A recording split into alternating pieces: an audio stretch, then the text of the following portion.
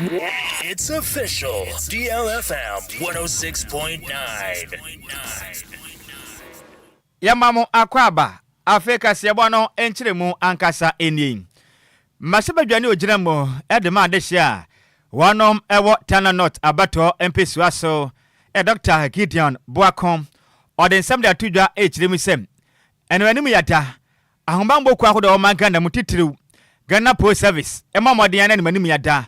Wanom enhwem mapa emfanfa odwumayeni a ono na oye adwuma ewo mangana apomoden ebia emumeche na senia ne den ade Mr. Richard Ejay Entwim a posifo bi ade mena de sha omunsem ekobo nutoku nom ewo yamfo a eno no wo eye Tana Not abato empesu aso na mena onu nyamfo kasa na okire musem eye na no fia de atwamen ewie kwata ban ena mebu amwo yamfo ekire musa da bi o we de ye ntede o ye ntede o bi yada efrisem posifo kopiem potemo ekire musem enipa bi enom sabi enubone ewanyamfo ne potemu nti operation ko so nkwacheche mebu ni nyipi na madwumade ne kwaso ope na mba mmaden a ekwato na asinia ne dende Richard Ejay Enquires ono so sabi tuayi bi ebi bona no ana wonom nti posifo ekire musem ma musika 1005 wanfa ma 1000 Ghana nti etu kasa na blante wafrim ya na neli ada eye ebradai eye ofurufo obusumada toso anwatwem Dr. Gideon Boakon ekire musem de koso eye panti Ghana mpirifo made amanhwem mapa entodwane ya mwana nipa wanfa maden ekokun Richard Ejay Entwim no posifo nche wanfa ma emfanfa emra kwanso na namsa na motuo nti eye mesebadwane ekire musem posifo na esesa ne soja fo made afri eye suane kopie mu emadwobro otumi koso ewo yamfo wasaka se ekire musem namba sebasa yakoso nti asoja fo no tutu bi kaka meburu ne bi mesem kase bi amada sese wo eye sunya aya apomodian asabia ne mo eye pa ne senti gidi abakwa akase ekire musem sede ba yebetumi abona eye yamfo adehye no akomato mu yem nti posi fo madwobromba na manhwem mapani pa bofo made ko tutu no ye chi ono famfa emna kwanso na mra se moto dwape ena opani pa ono eye youth leader ede ma adehye a wonom ewo yamfo ne den ede asare na jamfi kumanini ameyaw ekire ede momadia ejenkyeremu ekire ne mahodo ekoso ewo yamfo a enam so metuei eka Dr. Anidaso nurse ni den ede Richard Ejay amekesi wako wato ayenanom wonsado amekesi no onka atasfo bi na ogemre ene de yakasebo etwetwe nkomo asema esi ni de me wo na police for na kasa frame se omanya ntie se bibisi ekoso maso ye na eni nyan ntime mna na me kan no down me du na se nipa abo dompem ewo ha me kan busa police for na se ede na ekoso na se o omo nuan mo friduan kwanta eya police for bi mo friduan kwanta eya FPU for na e ba ha ebe operation na operation ni mu no omo amma yanfo police am ka cha mo se asem sei na omo be so be lokroma na ko mu nim se nka on their normal routine exercise no se police be free order jurisdiction eba under jurisdiction dia so ye ne say ukọ the police station na ukubuku e ka chiro say bia ye ba ha be operation na omo so omo ne unina na say ya ma kwanse koye baduan kwanta fo ne ba no omo ma ne sa omo wura krum ha na omo awura we base na omo sa operation no into omo a ye chi omo say omo no mtampia na say ya chi omo say wi shi omo no say a police for no e chiwa na ya ka cho say first kabra na yenyao nti omo a munya sketua ne de mutumi ekoye but the said guy no who in there omo charging 1005 and onya 1000 no ono send 1000 from the mumu to the police aye what evidence e wo conversation occurs between omo ne guy ni nyina na oni nyina audio and so ye de ama police boy na nya 500 na akana ama the police for no ana omo de handcuff gu ni sa echiri we base ni sa till say omo say boy no de ayemre na omo de boy no call health center boy de kudu health center ho na wo wi ana omo kudu health center ka kire health center for no say bema na wawu no omo hu say odakwam ana mo fa ne bae ana doctor for de ka jom say ono ko ye adwuma wa ha na mo de ne bae so wo wi nti this mo betrema no asem ana omo hu say maburu no ba health center ono mo nyina dan omo nyina adwane ye omo dwane so mo nye ba bia anko say yanfo police station ino mo bae chi police for the bae na say ya loko omo ho ha na o say ye prevent say na be ya yenyi omo pie ma maburu no mo omo na omo so nko wu na mfa asem fro so mba nti eno na ene maburu no pem so from 2 o'clock out to be 6 o'clock there na ye gen na so a yes maburu no say ma omo fa omo nsanka police ni bia na enya ma Ghana mra ni na dwuma nti ni tofo bomu no na de ko wie ni say yenua no ekodu health center or na wafrim na janumre no a police for ye na ye de no call mortuary ye twen say hwehwemu bi emu bia no IGP ni ne mpanyifo emra mehwe na ye nua na wowu no onya justice se na be ya o chena bi obi hu se police ni bi na wa onka se we mpaboni ni nemum emra na eden emra na e wo Ghana eno achi ana emebunu mechira wa youth leader onno wa yamfo asare nana jamfi kumanini amenyawo kase mu no wasan kire mu sem de adure emu oyepa ne senti wana mo sere mebura mo wa yamfo se mo koma fanto mo yam na police fo guso mo yehwehwem afenso ode adesre e de ato Ghana police service fo ani mu sem enanim yada se be betumi abana dwobrɛw etumi afanto mapade afura awa yafonti o ma no kure bia da wasem we mu no ende de ntesa apa de mebunu befu masem besi yamfo ne potem no wa hwe ne ya ebegye nsemu kura e wo manyim as Obia medam mebuna no de kakra me kan fa won se ye be stray mebunu no se a police for mpanyifo a wo ahafo nyina abem regional minister mu nyina wo na se ne mpanyifo kan no mo se udi bone bone ne wona wiye ana wa nso ntimi famla nso de enhye wonsem nti mpanyifo ana se police for ahyebo se tenetene ye ene perepere ye be koso eno nti ye be ka che mebunu nyina se Obia na koma ntene yem na ye ne a police for collaborate ne ye information bia wo bia ho because see ano say the nipa no a yesusu se omku yenua no ekogina court ye hia evidence kire say ampa so ni kun obu ha no so wo ho so we mene be so abefrɛ say omla na o meka asem ne kora bo so odwane nti ye be sere obi a wo evidence bia omo no omo se no mo ho a omo hu de sie time a no mu tietia na ya ase time a o tueska time a omo chene de handcuff gu ni sa nyina no sa process ni nya ye be sere ye mabu ni say omla na information bi omo bi omo fama ye na fama police for no na process na den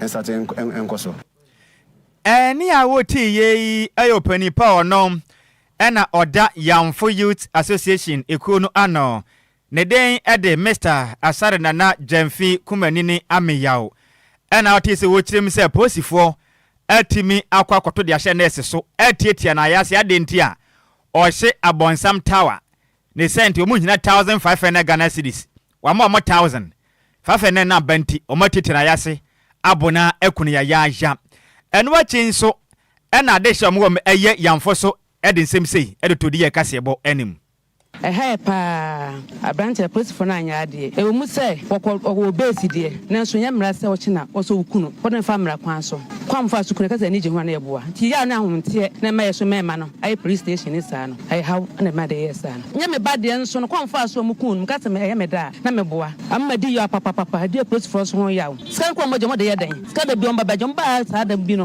on ba gb ade koye hechichi bi mo ko ba bi ko ji ska mo di ska na ye den ska nti on kwam base wo mo je mo ska mo ja wo adento no manyi niska omuji ska mu diska na yede ska ntu mo ku ba ma ne onye boni bia on kwa no wada de o se bia GP de se bia so ye do wo na ta do nworo mra bia da obi on fan ni no because timamuni na ku police ni a ka enya no ti police ni so ku timamuni a om so fan bra kwan so rich ye friendly rich but ade ba ko ye ma me ba na me ya ma me de su no ka bo me ba e wa ha e pai say doctor ni si na jo nya botre me pam hona ye ne kama ma no abahye nye de doctor ni wa mama ntua simpo ase ohwe me ba ni yie ti oji ye ekrafo okromo oji ye pa ohwe su ye kama ye nim se de oye no wanya ade de boss se no mo se kun no eye ya pa woni de eye ya se no mo se fa kun bla no eye me ya papa enti no ba bia no kro wo no ye siro mo mpemfo no mo fa nto so mo fa nto so ai asem no wei eya deshia wonom wa Yamfo na omu kirem sasem asi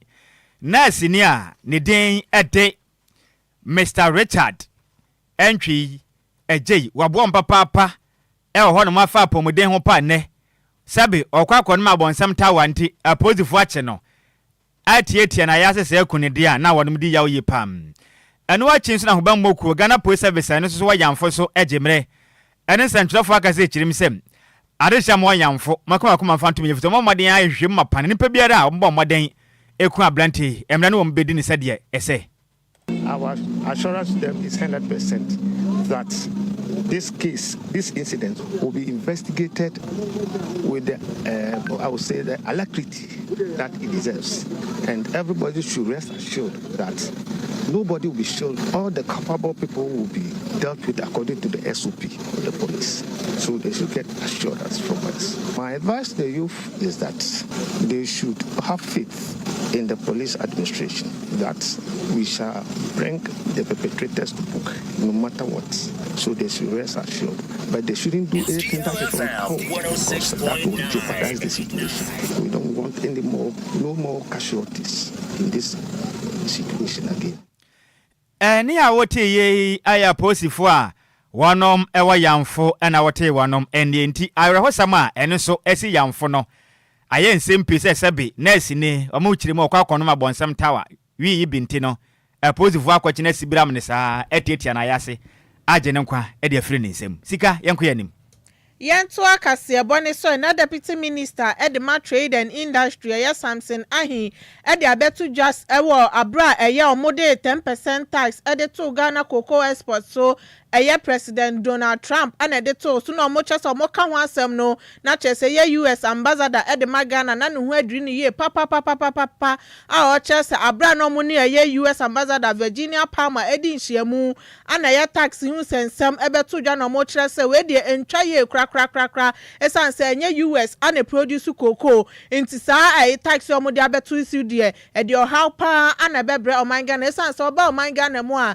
yen ane ye number 1 na ye produce cocoa esa ye sika sam ebekoso sanso na ye asetena e de ma ye akuafo omo dua cocoa no omo so ebe ha omo ye papa na ye deputy minister HMA ambassador ye Palmer ambe kire nyina so Obia nti omo de ye tax na e ba na emom o kire omanga na any US or Momodia no Mudinkita when they send a beya a beboa.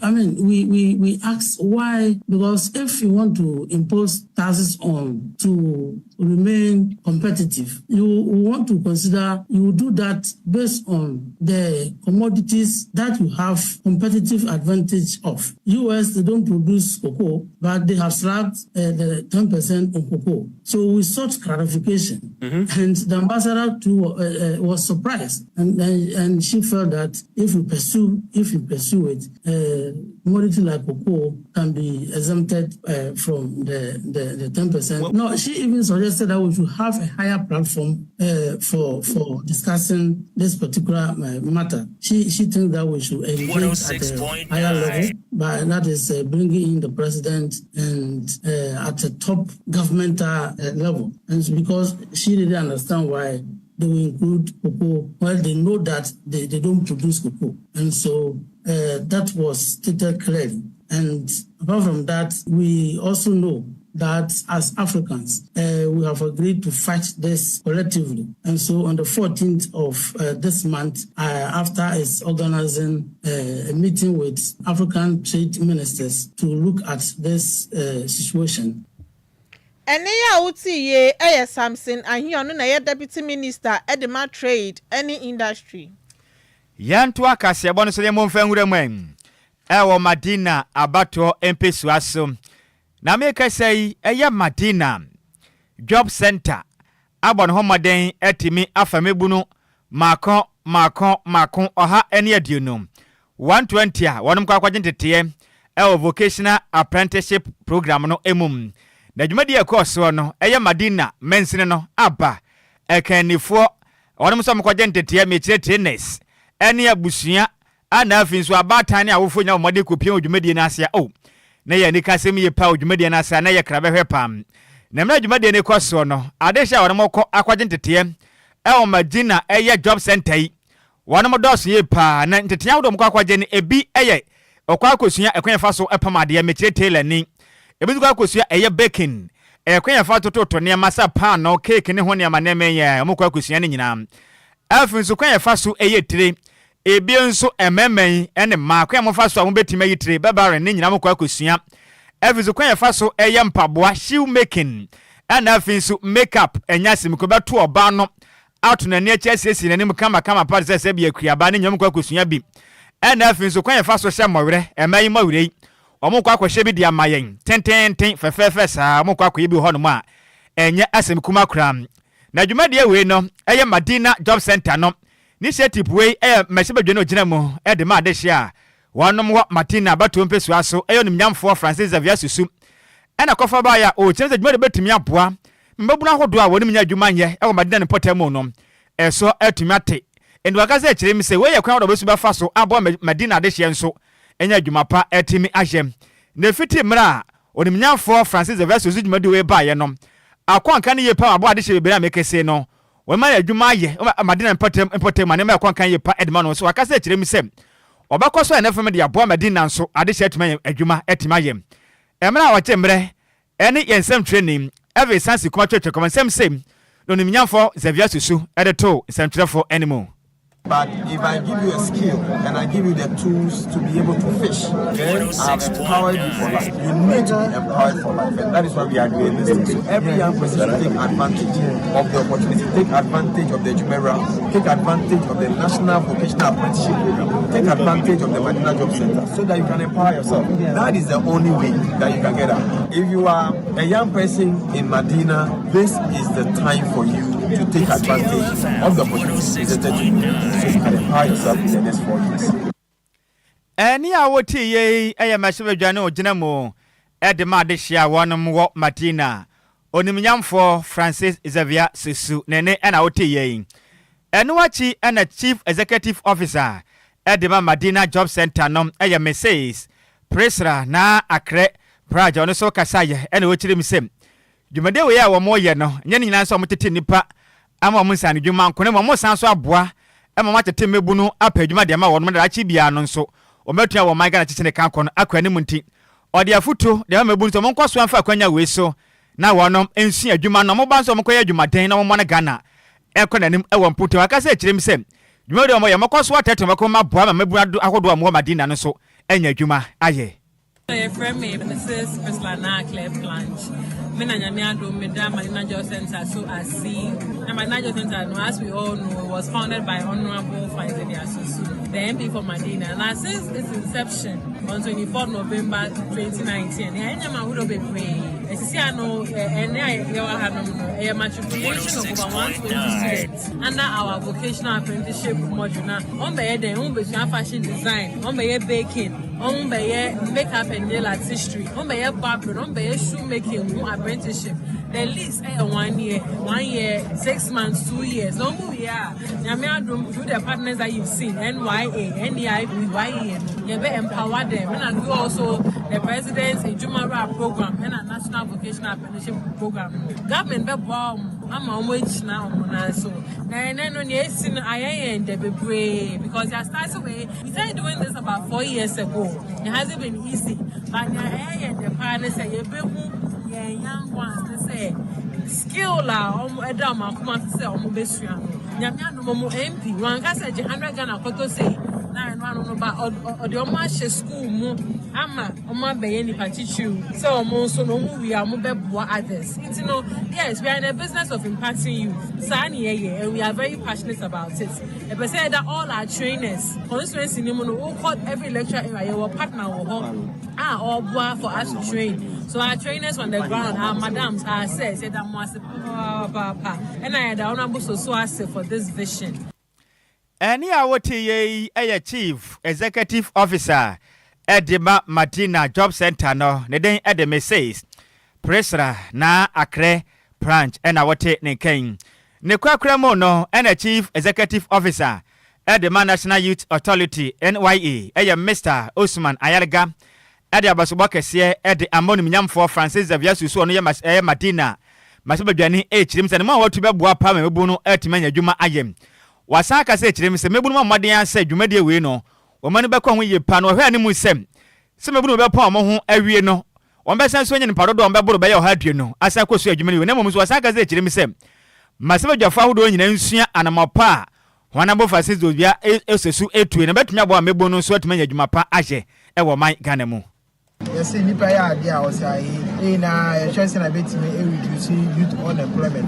Say Obia o ye MP otima ye sa program and all training about 120 youth.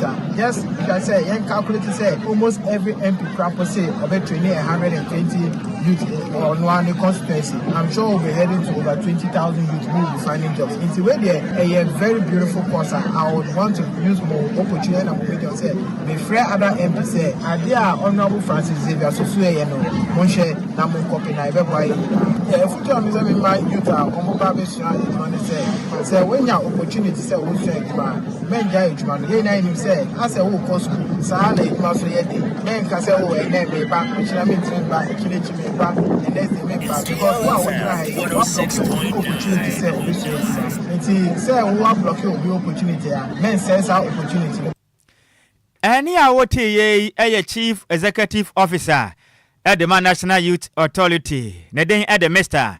Osman Ayarga na mane boy ye nsem twene Iris Samson Kuma ene de ebreye Yentu akase boni so na commissioner Edema Commission on Human Rights and Administrative Justice yetwa nitia efre charge abehebo say ya don bebo modin akon atia katahihye ene proye eno namsunti omakolanchi national anti-corruption action plan phase 2 ne sanse phase 1 no ehase mfimpi mienu ni dunum no ekosi mfimpi mienu ni aduonu nan na abra Dr. Joseph Wita ekasa ewo nhwemu na so no se katahihye ne proye na de insusanso boni pa ana abra oman na chese ewu mehia so mbehwe ho asem no matimi aka inteyetememfo na ani omo ka biewom no emomodin so metimi abu akonta ye pa ewo oman mu na eba katahihye ene proye a ombetimi ejai. It gives me great pleasure to welcome all of you to the launch of the end-term evaluation report on Ghana's maiden edition of the National Anti-Corruption Action Plan, otherwise known as NACAP. This event itself evokes mixed emotions and a sense of trepidation in most of us because it concerns the evaluation of Ghana's 10-year strategy in the fight against corruption, which is an intractable canker destroying humanity and the very fabric of society, and our efforts at building for ourselves and for posterity a prosperous nation, and which, if not checked, can affect the growth and development of the current generation and generations yet unborn. Eni ya uti ye Dr. Joseph Wita onu na commissioner Edema Commission on Human Rights and Administrative Justice.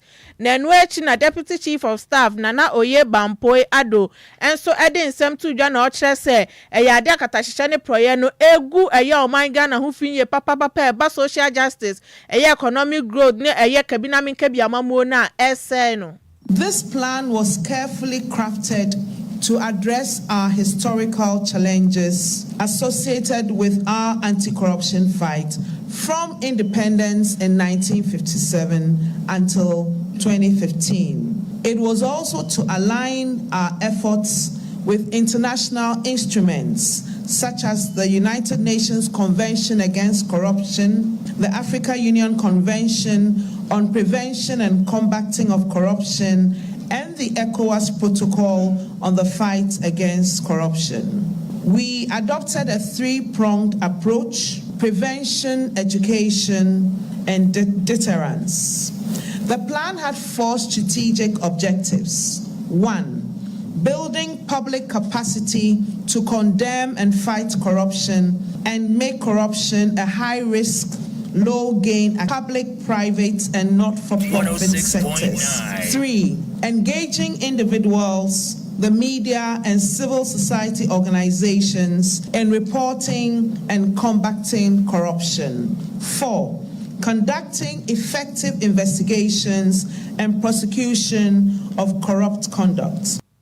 Eni ya uti ye Deputy Chief of Staff Nana Oye Bampo Ado na ne krakrem na Professor Simon Mariwa on National Consultant Edema Evaluation Report on also ede nsem say etuja.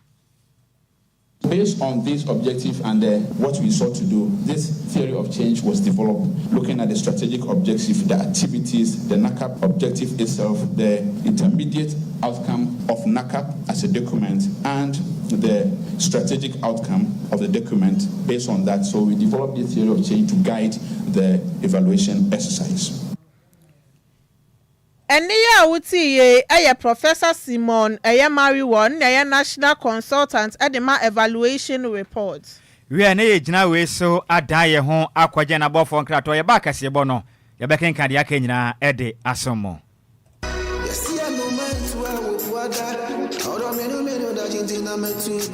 Makwanto hu nsam eye medadwen nanso me yansam tro ne nti menya adaje ye hwehwemu ekohu Sunday Sam's Consult na wonum nti ende metimi ba menya abre ne adaje ekenkan ye eye investigations about womo na me hu se wo apply for visa assistance a enfeli efri se wonum ewo track records madanse die nie ma me nintrel Sunday Sam's Consult edi Britia webi ebeje wo visa ama wo se wo ko United Kingdom, Canada, Dubai, Poland, Croatia, na fe krade, Serbia, any Greece nso abeka ho a work permit etechere. Ma menchire wo mo etire kwan. Sunday Sam's Consult ewo Ofanko barrier, Asofan, our Ben Wise Park Hotel, ewo Asofan New Station hono a. Phone number 0244291546. Email address nso samuelowusu626@gmail.com. Yeti ehudi enti, we connect dreams with opportunities. Emanenye wadwendwen, frɛ wonom na nso bedi adanse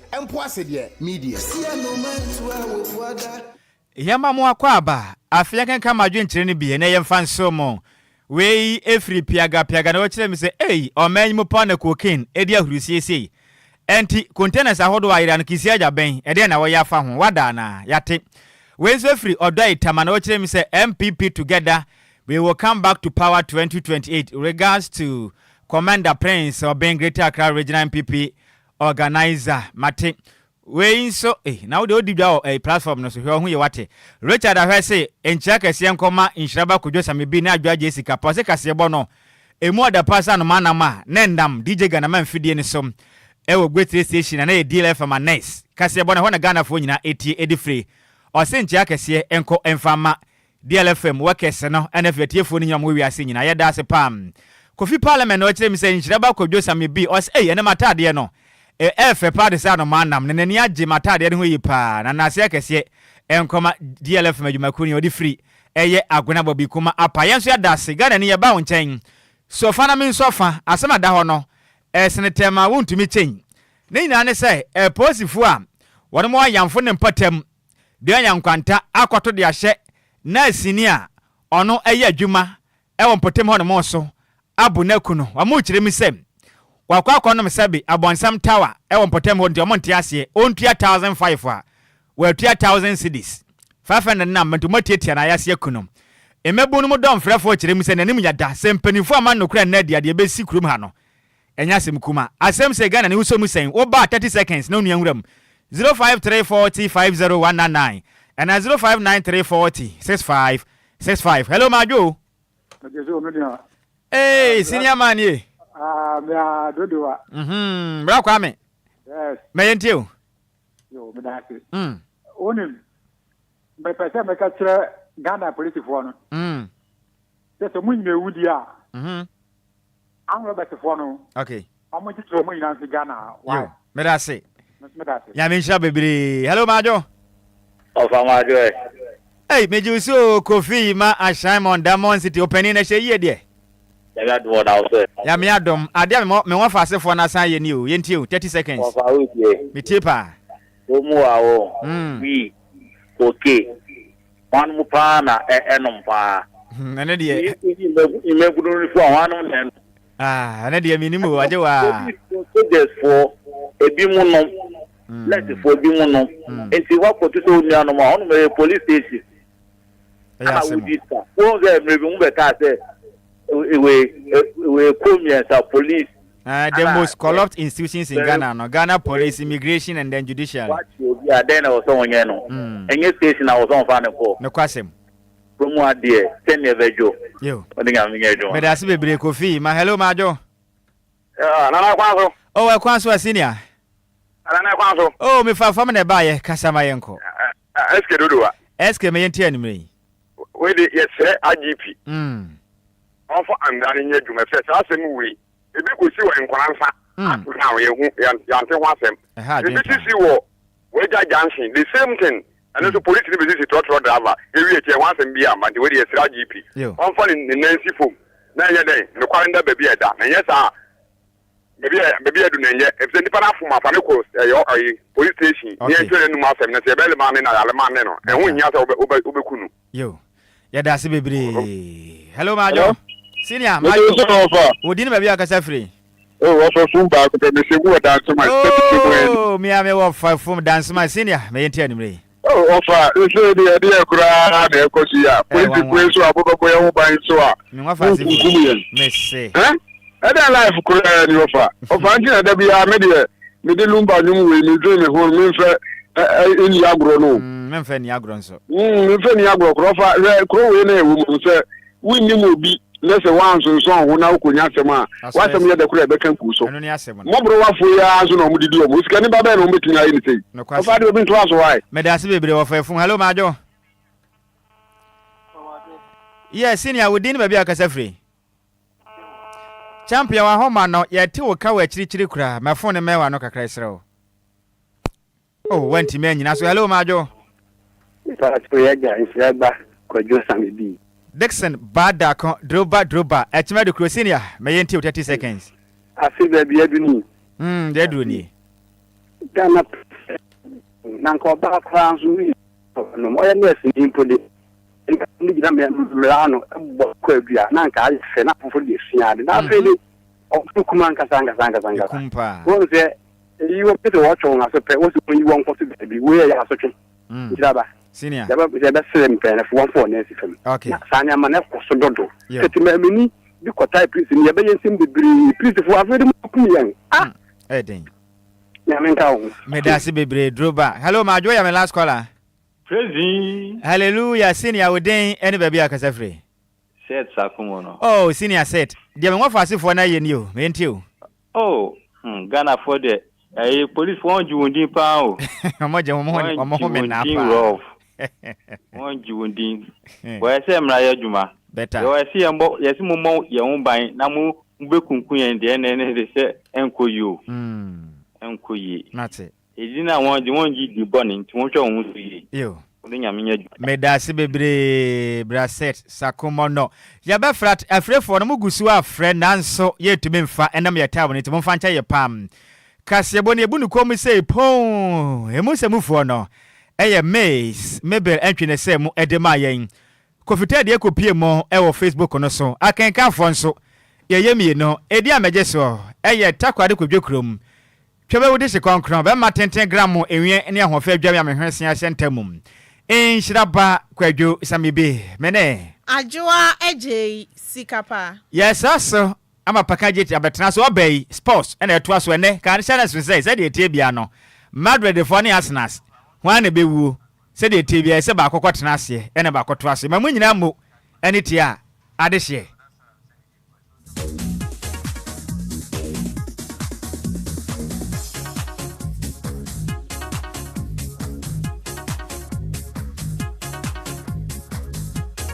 DL Power Sports, the one there, the Jawo, that devil.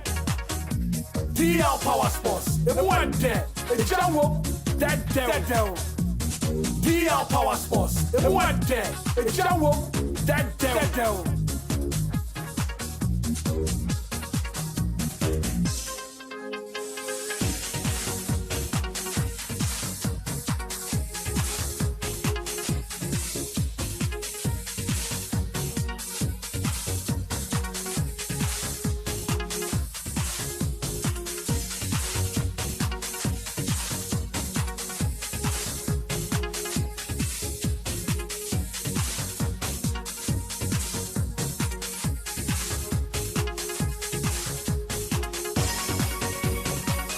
DL Power Sports, the one there, the Jawo, that devil.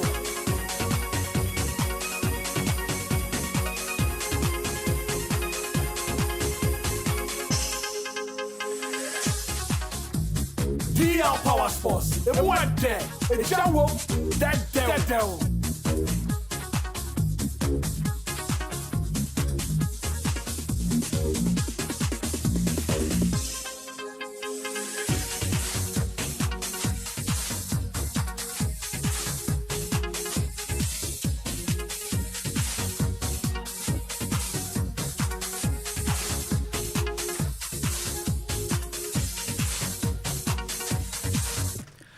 Blanda wotro melagbadrano vinyo pogotofio wotro ya cha gama gbado megba no in sports ye metwogbo no yimenko enyu DL Power Sports mere kukuno wo tro ya la yo madana grona bada na amesia me promoter fio no choma radio the DL 106.9 Sports dimila ye me noy wo tro ya me twogbo tamere kukuno ngba de radio alegia na nenogia anyami ganyo bi tuobole bono ko e Facebook e YouTube gbekene minga bo efian no yo beshe watashie kun wake sports neba egbeji DL Power Sports update minpa bo fa gbekene ni ochemoko ni moko akemoko ni mofiamo ke radio afo DL 106.9.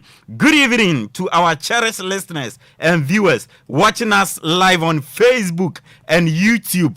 Tuesday evening, we are back on your radio to bring you DL Power Sports update. So please don't hesitate to call a friend to tell a friend that DL Power Sports update is airborne life. Ebusia ma menyina we so na memo bibiala djon emo bibiala kwaba emepie enkram pumpuri mantem agiatu kasafidie kase ba kopeso DL ohani nsia echiripo enkron branda nwumremre du sagudie mrantie yesi enkunya na gudie wonsama efitia no pabesi awia ne anwumre yakwakotase edi abresemufo wanya abotre wawu so asone so intebeni nyina waye fimni akedie osie modu otiefo editie sa wote ohwefo edi hwese ohwe na yen okafo nso no edi kase ya kania transia yare bani yare abesoma ya gudie munsama edi adencheche ni adanere ne ebu mfumpa o Ghana bibrem ani broni cross ya 3D DL Power Sports update yare basoma busia baby bia Obia tami kuchu ya chechire nsama na bone bede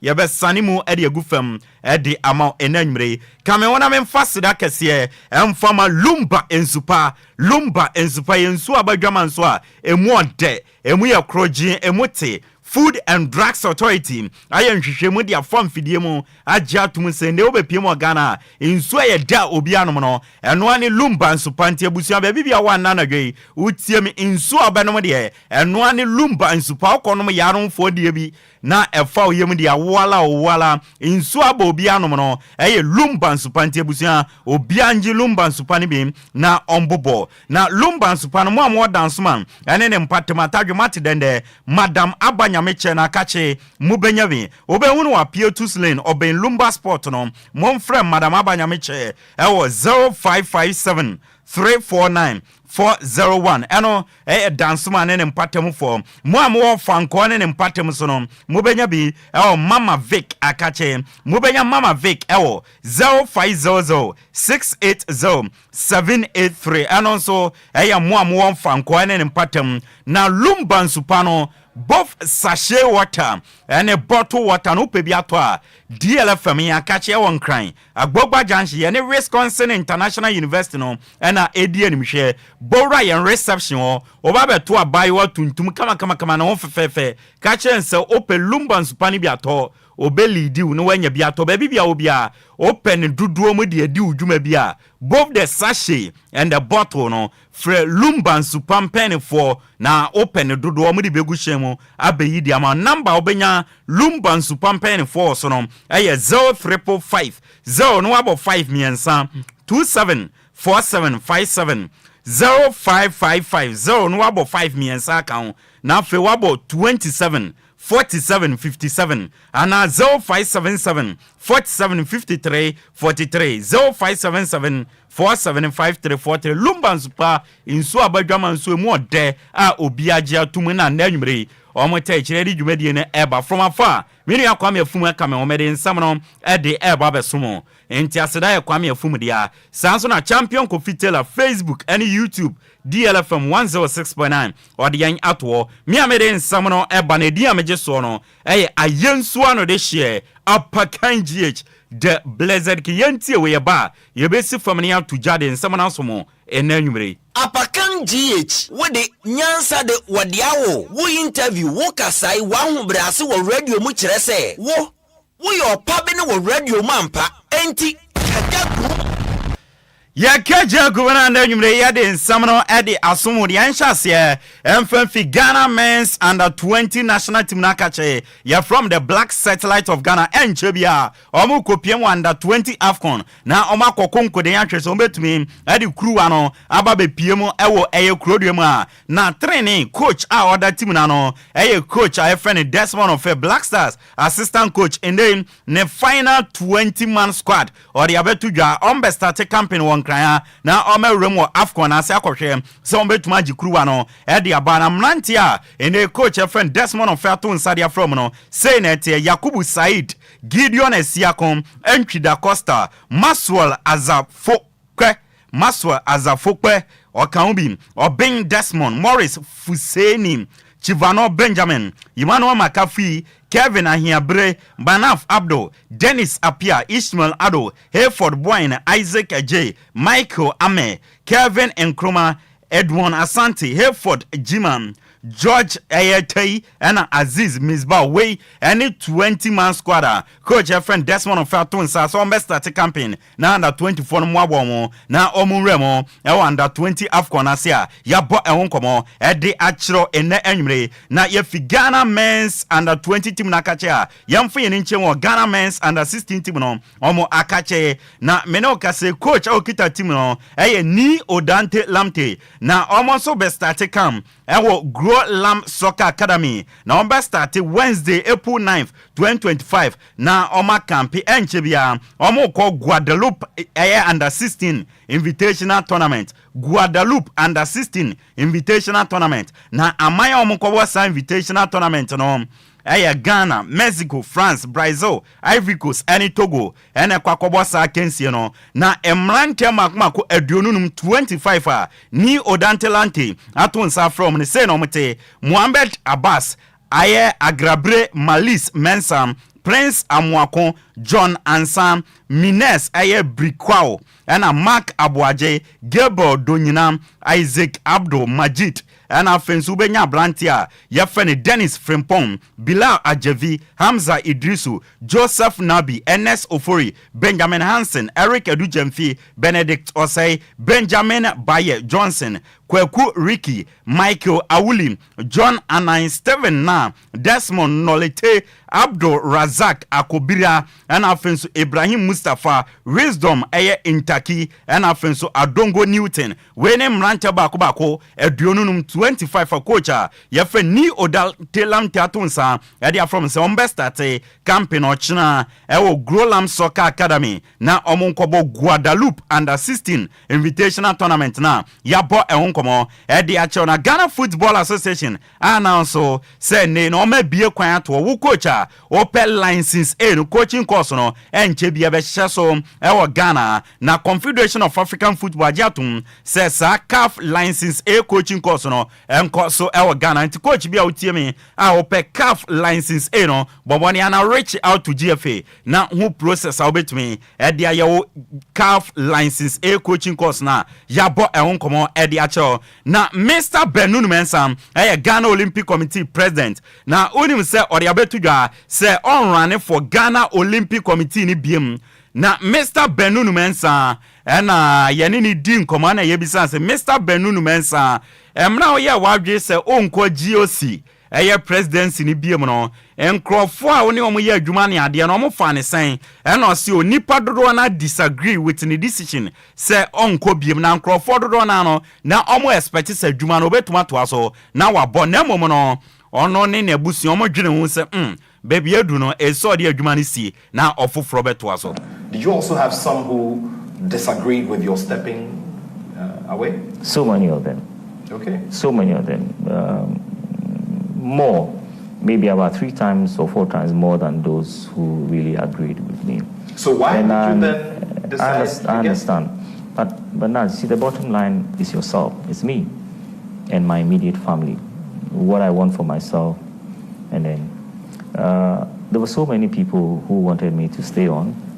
And they had genuine and very good reason. Okay?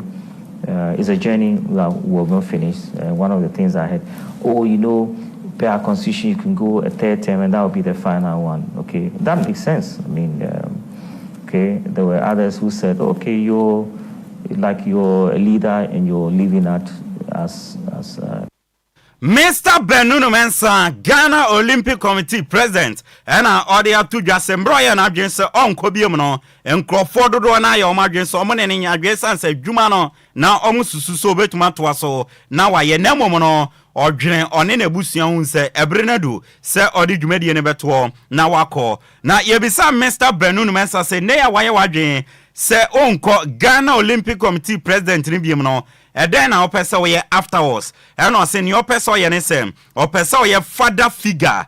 GOC wo na obi bia obelidi GOC no ebetumi aba ne nchen adwenkyere ne nsusuye bia na waba beje e de afini nchen na ene okon GOC na nkasa nhwehwemu wa ye ne se omu po bia obetumi abefa adwuma no na ode akompempen so a ewo soro. I live in the GOC and I want to be a statesman. I want to be a father figure where, irrespective of whoever is at the GOC can come. I have also been speaking to a lot of the national federations, and I know what the mindset of people are. They would want somebody, not necessarily casting their mold, but somebody who can also lift it a notch higher.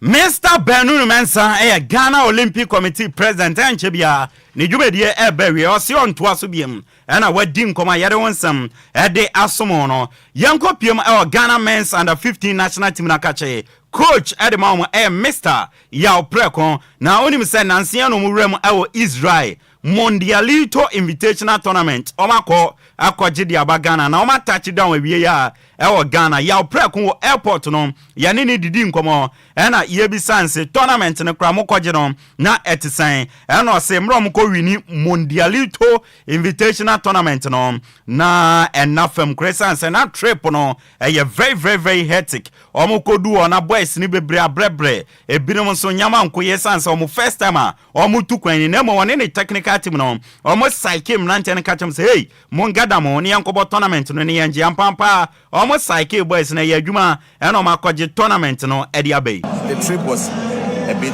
hectic for the boys. You know, majority of them, they've not traveled before. And for them to go through what we went through before we got to Tel Aviv was hectic. But, you know, they are kids. They just want to play football. So we got there, we psyched them, and we started the tournament. And they delivered. Yet one sound sono and yebisa Mr. Yao Preko say neya wakwaji Mondialito Invitational Tournament no a den and a beye ediama wini with team no and I see we no chere say omo ye bibia nyama koye ewo under 15 men's national team na kache into on technical team na so omo to aso na omo ye adwuma den se na be akwanya biba na omo sa ko bi mo betumi akọ deliver. It's good for my job, you get me. It shows that I'm doing something positive, and all I need to do is with my technical team, we just have to, you know, keep working hard. And when opportunity again is presented to us, we have to just make sure that we deliver again. Yao Preko coach Chairman Ghana Men's under 15 team Nansia and Omerem our Israel Mondialito Invitational Tournament. Omako kwaje area bani ene twetwe nkoma yere wonsam area ma na no draw safu AKS Bosro Ghana Football Association ESCO member na yene ni di nkoma na yebisanse na no draw safu Kate Ebaye be mfiensiene as GFA president we twa first 4 term and our first term 4 years we twagu ne second term so as 2 years mu no wonie na Kate no hu na adwuma sen e na o se Kate baye oguso a ole foundation no fundamentals no the nyama tutuye sene be ya Ghana football ebe fan ntuma pefra na no dro safo edi nkomadi afa Kate Okreku a GFA president yenti no na Kate no oba the fundamentals me no can say the Ghana Football Association as an institution it's something that everybody would like to touch, like Obia say you bought waffle Ghana countryside the reference by in reference near catch them young. We started catch them young Ghana. What you say? Yeah, FNA or in your HR department. Workers things have changed in terms of administration. They're all building a wall, and they are reviving building, They innovate it. They are marketing, national team, communication, and then IT session.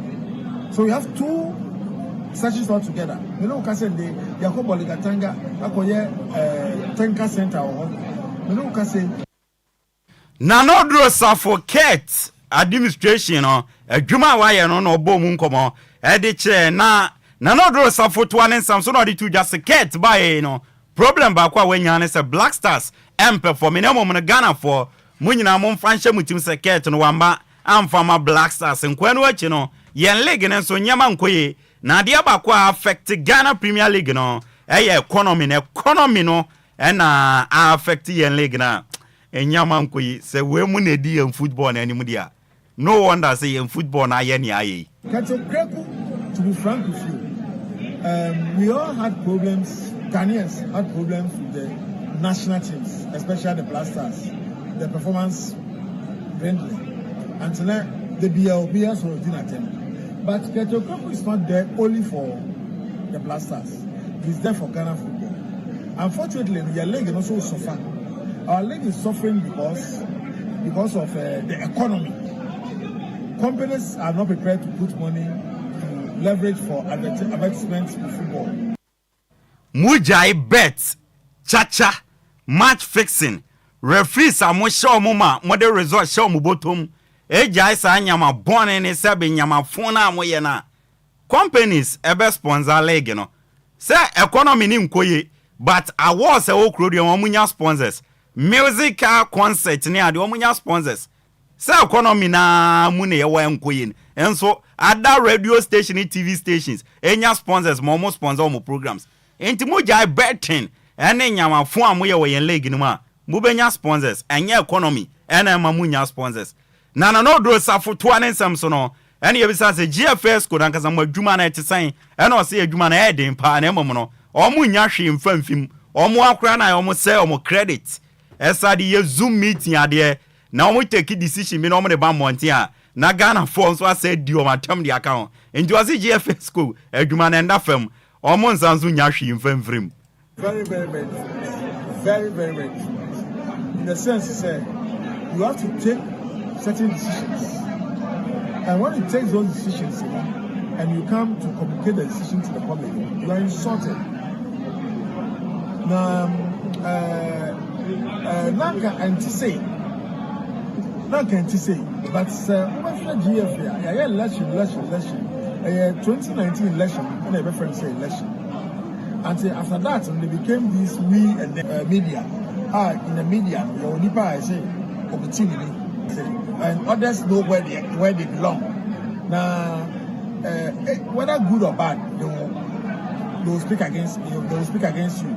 Now, ESCO meetings. Sometimes you don't have to do ESCO meetings to travel for 3 hours, but sometimes we do ESCO meeting that travels for 6 hours to 8 hours.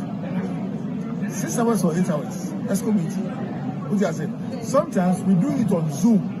The Zoom you got the airtime. Yes, Zoom meeting it takes 6 hours. Now we see data. Your my credit is a credit, move on your course. But she data. Bosom, what you allowance for talent? What's on to pay credit any data? Ocean, you man, Eddie, and Munya, Jumayana must say she nimon so. You have to a ban. I'm on the day me pescos walk or Munya Trianga, Moko.